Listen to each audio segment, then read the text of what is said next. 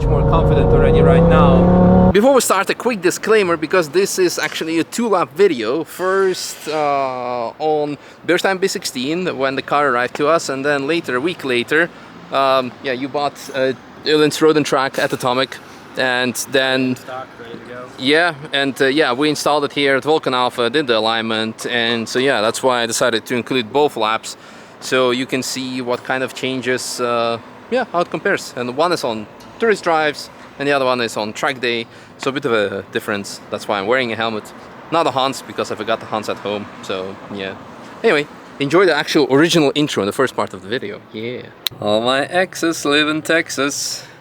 UPRS, I love your plate. Thanks. So what's the story? I mean, that you just decided to come over to the Nürburgring, ship the car, enjoy time Hell here? yeah. Quit my job, had a bit of inheritance money saved, so why not come here, Wow, put it to the limits. nice. Yeah. Appreciate it. I mean, like, really very cool. I mean, if you can, do it. You live only once. Yeah. Anyway, let's not get too emotional here. Let's talk about the TTRS. So, there's an engine, 2.5 liter, 5-cylinder, but it has some mods, I think, because it didn't sound stock, it didn't perform stock. So it's like 500 plus, I guess. 500 right now. Yeah. On, pump fuel. Nice. E85, you get up closer to 6. Nice, nice. I love it when it's like legit 500 horsepower, because it felt definitely like fast, and faster than what I usually would feel with higher claimed horsepower numbers. Anyway, with great power comes great responsibility. Therefore, we have Nankai CRS tires. We have also different brake discs. We have different pads, I guess. Yeah, it's on Paget's on Yeah. the front. Yeah. RSL 29s. Yeah. And So then the rears are just some EBCs. yeah, some EBCs on the back. Yeah, 034 Motorsport wheels, and also the brake discs. Suspension. It's on B16s right now. All right. But they're a little soft. We might have to look at some old ones in the future. Yeah. Yeah, all the kinematics are set up with 034 parts as well. So sway bars and Nice.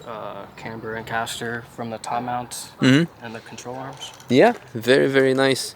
Got the engine mounts, dog bone mount, intercooler. It felt very solid and proper. As you said, suspension is a bit soft. That was the only like drawback for me. So it was just like a scraping sometimes. That was a bit, yeah, what's it called?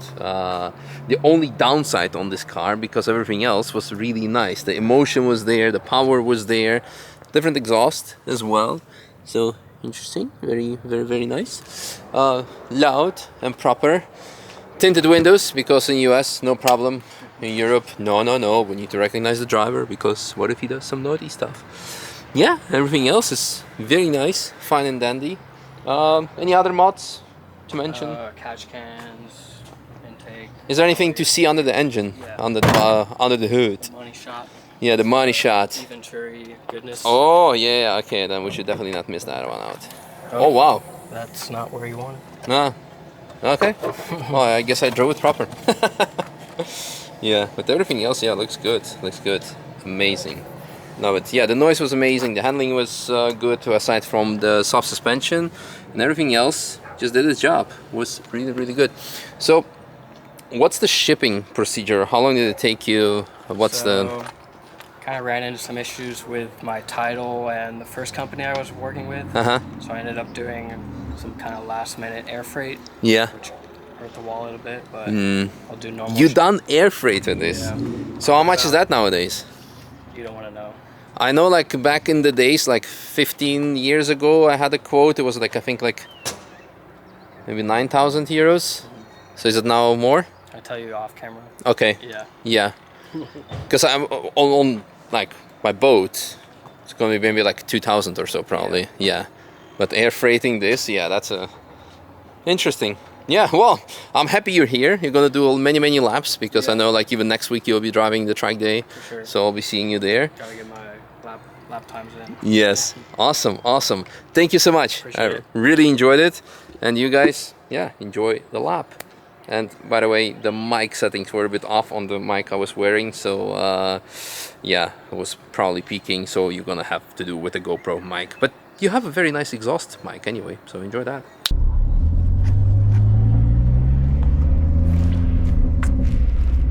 Uh-oh. My microphone got detached. Uh-oh. Did it. Oh man. It's a mess.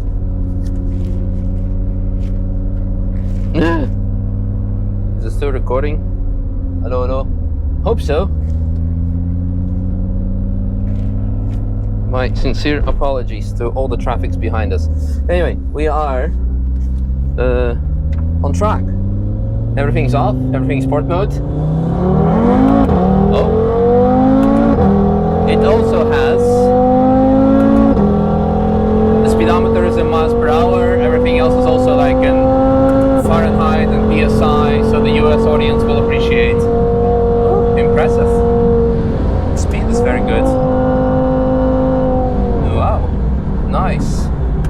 We need to warm up those CRSs, but so far, really good and impressive.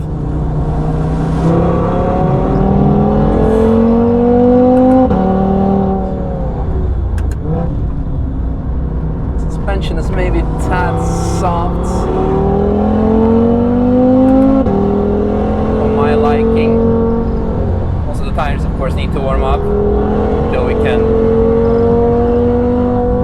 give it the proper push in judgment. Yeah, it's soft because you can hear it scraping on the back as well. Ahead of us is, I think it's a 992.2 Porsche that's been just picked up from Porsche factory by a European delivery customer. You can recognize them by the license plates. Here we have a 930N. I love the instant boost. Don't like the scrape.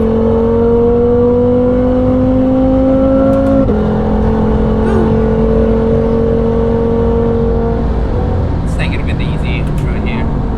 It's not 100% set on the suspension setup. No idea what kind of speeds we're doing because the GoPro is in front of it, blocking the view. It's also miles per hour. 160-ish, which is 260 kilometers per hour. Not bad.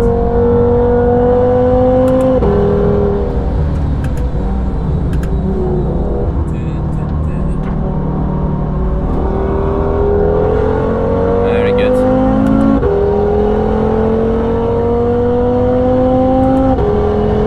So the problem is that I have no idea what the Fahrenheit Celsius conversion is. My US followers are super disappointed in me right now. What I'm getting at is the oil temperature. I have no idea what it is. But then again, the car should have like some safety precaution systems. Oh, what's that? What is that? Starlit? Could be starlit.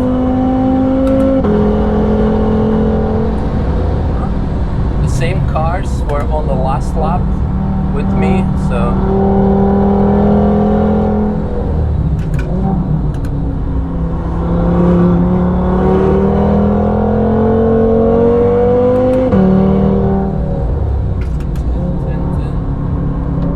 I like how there was a race tracker photographer in the new spots. So lots of the other spots have been like so often used. There's a scrape again. Should have put the steering wheel a bit higher because now my hand is running against my knee. Not ideal, but nothing too bad. On the braking, the car steers to the right also slightly, so could be alignment, could be also uneven brake pad wear or performance. Could be a lot of things. It's just something that you need to anticipate as a driver.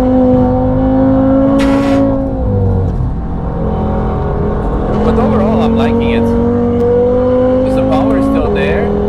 The temperature is not going much above 240, so whatever that is in Celsius. Went off the gas there just to make sure. Missed it a bit, but also scraping there now.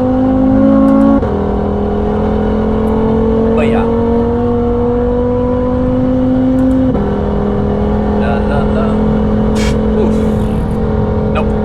lift.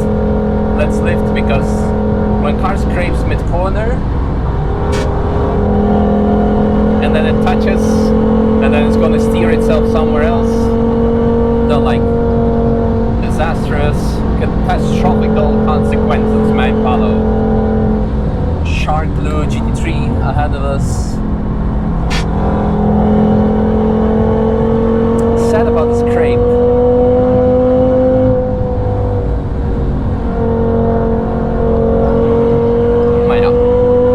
Because everything else, like power-wise, it's good. What I mean is that for a modified car, it doesn't go into limb mode, it delivers the power.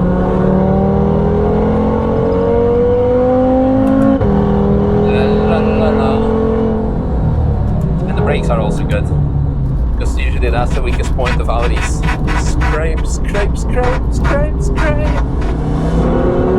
Scrape, scrape, scrape. Thank you. Very nice etiquette.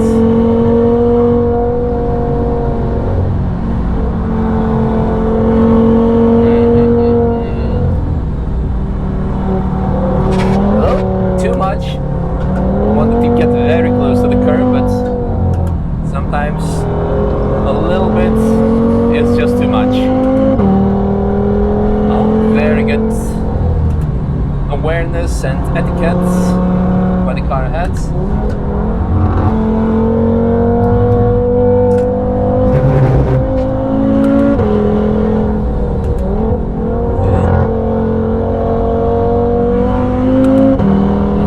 Pops and bangs from the exhaust. Haven't heard that before.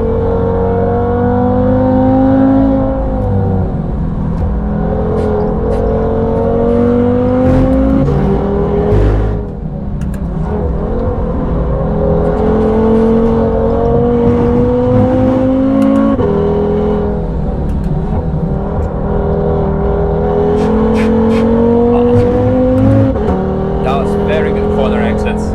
So proud of myself. Sometimes I'm just really happy with how things go.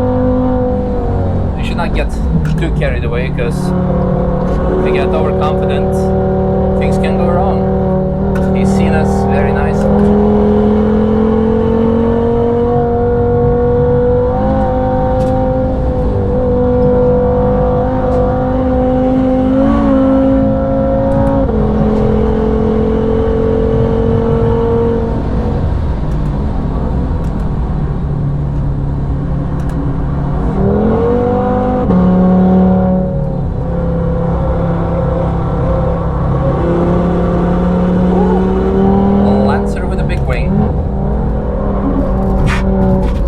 Too close to the curb. A dual element wing, interesting. It's not a usual thing. I was not confident because the corner had some markings in, and sometimes it could be just a tire marking, but sometimes it could be coolant spill. And ATF with other people's cars, there's absolutely zero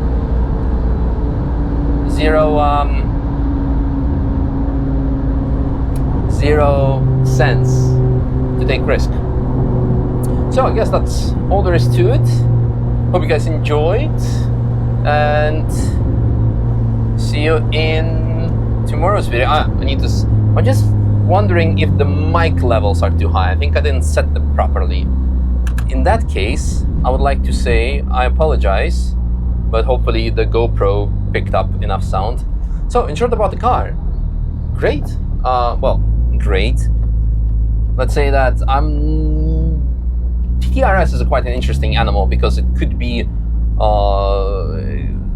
could be understeery, could be overheating, especially when you modify it. The brakes could be horrible, but in this case, everything worked. Brakes are good. The power was constant. Handling was quite okay. Soft suspension, that's something I just didn't like a lot.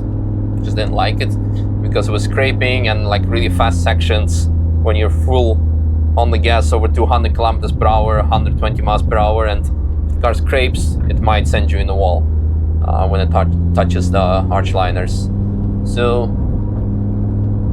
fix the suspension and it's very good. Oh wow, we have 160 Fahrenheit.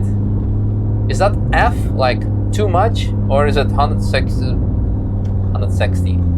That's a combination of German and English.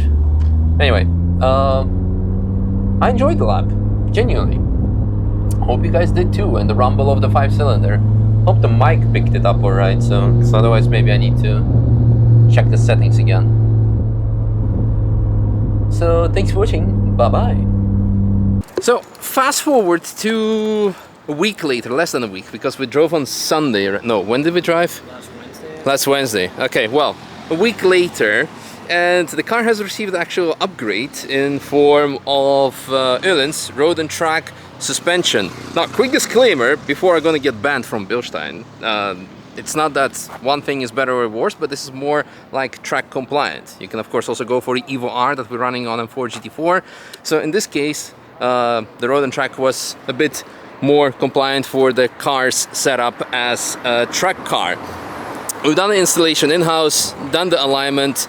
What are your impressions so far? Great. Yeah. I took out a bit of camber, so it's a little bit safer now. Yeah. Raised it up a bit, so less scraping. Sorry, music's going. Yeah, it feels good. Nice, nice. Happy to hear that.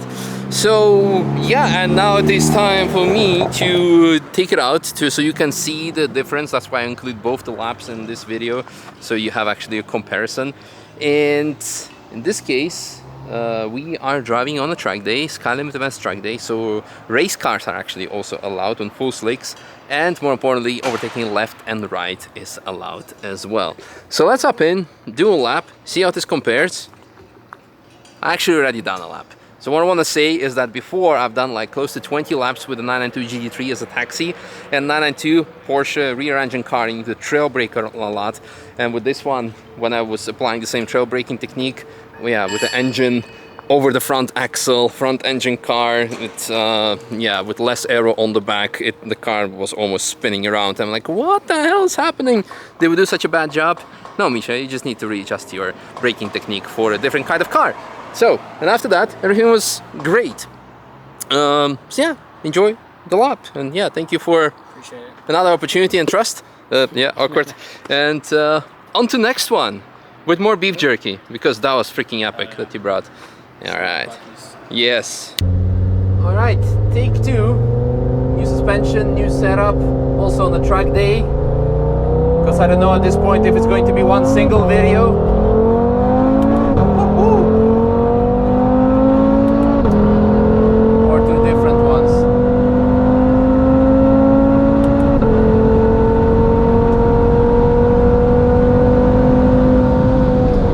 Ahead of us because it's Sky Limit Events track day, so we have race cars and street cars.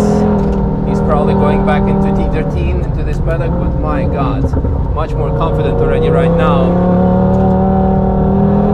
There is no chassis body movement anymore, and we're still warming up the tires and ourselves. Woohoo, the brakes work also much better because there is no more pitching from the chassis doing like this when you go on the brake. So all the force goes on the tires, so much more controlled. Oh, that's insane. Still a bit of scraping. Oh, but nobody's perfect. I just finished the whole day of taxi driving the 992 GT3, so it's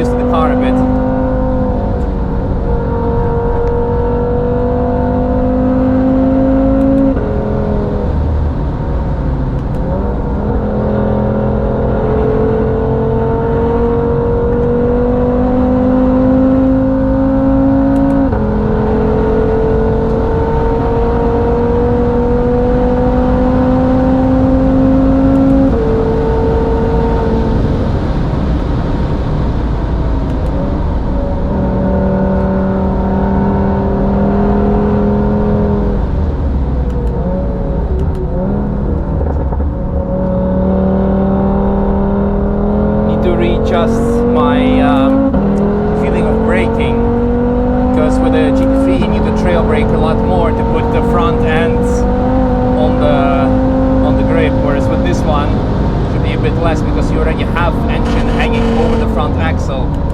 So at the beginning it was a bit, I was like, what's wrong with the car? It's like, nothing is wrong, you just need to trail brake less, Misha.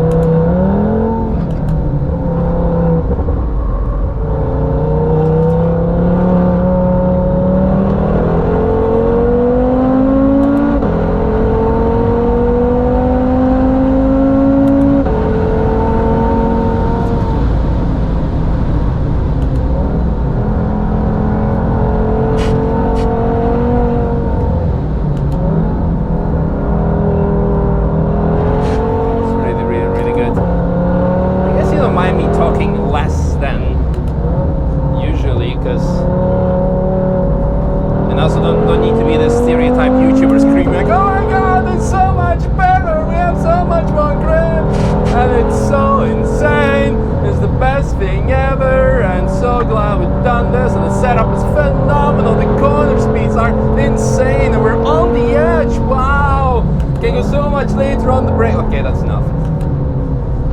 But it is indeed really, really, really good. Oh no, I touched the button. You can also do a comparison of the amount of G-forces we were doing previously and now the lateral G's through the corner.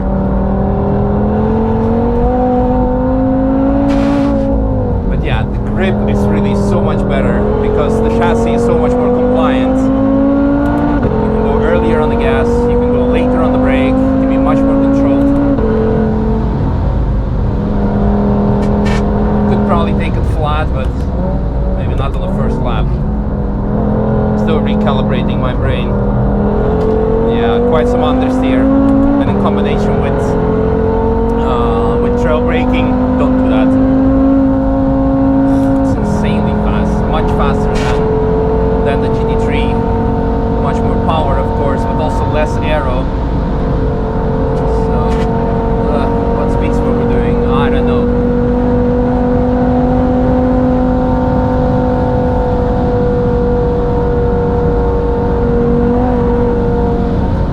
So now what this car needs is a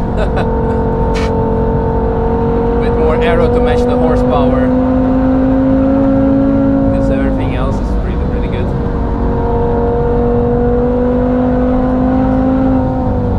Actually bucket seats.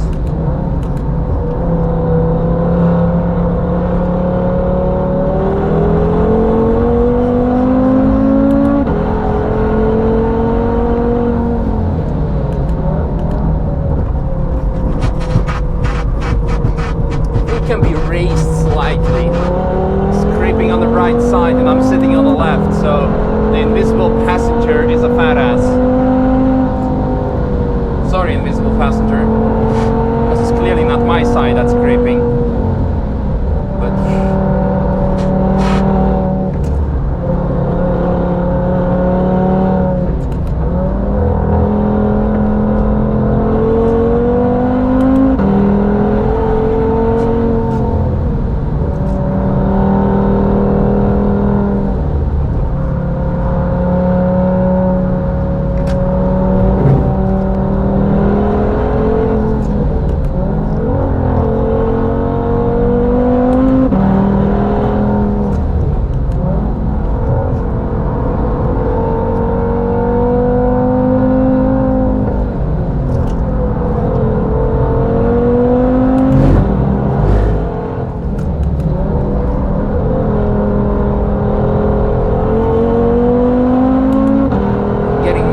dialed in now with the car, so I know how it reacts under braking, under accelerating. So like I said at the beginning, the main issue was the fact that I was trail braking too much, just like I done with the GT3, where you have to do it. So it felt like something is off. Like no, like you need to change the driving technique. Oh, this E30 is moving. Nice.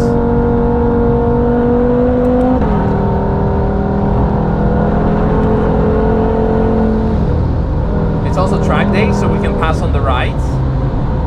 Sky limit events, fantastic. Not all track days allow it, and Sky limit events track day is one of the few ones that actually allows not only passing on the right, but also use of race cars. Because it has to do with insurance. Understeer a bit.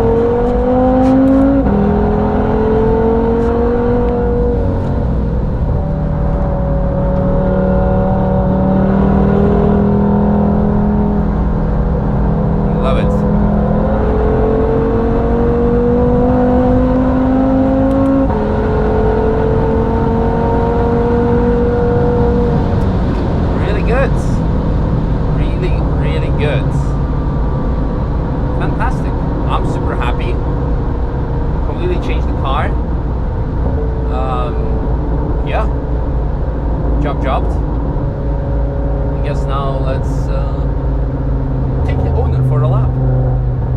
Because it's a track day, so everyone signed away the waiver. And if anyone asking why don't you let people sign the waiver in TF, I cannot, because I'm not offering a service, neither on a track day. They are signing a waiver with the track day organizer, not with me.